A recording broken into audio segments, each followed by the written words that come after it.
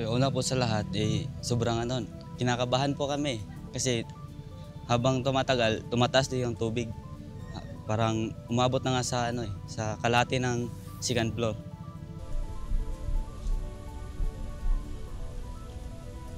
Una, doon kami sa first floor po kami. Pero pag yung tumaas na ng tubig, napunta kami sa second floor. Tapos umabot na sa second floor, pumunta na po kami sa bubong.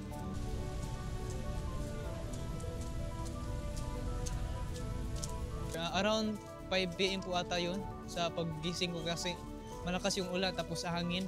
Tapos pag tingin ko sa bintana, ang tubig around 12 feet above.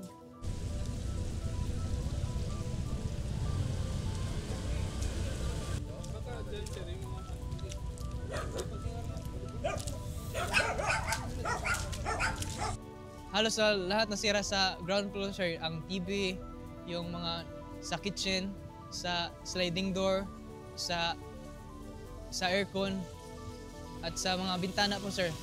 Lahat yon sa ground floor, sira talaga.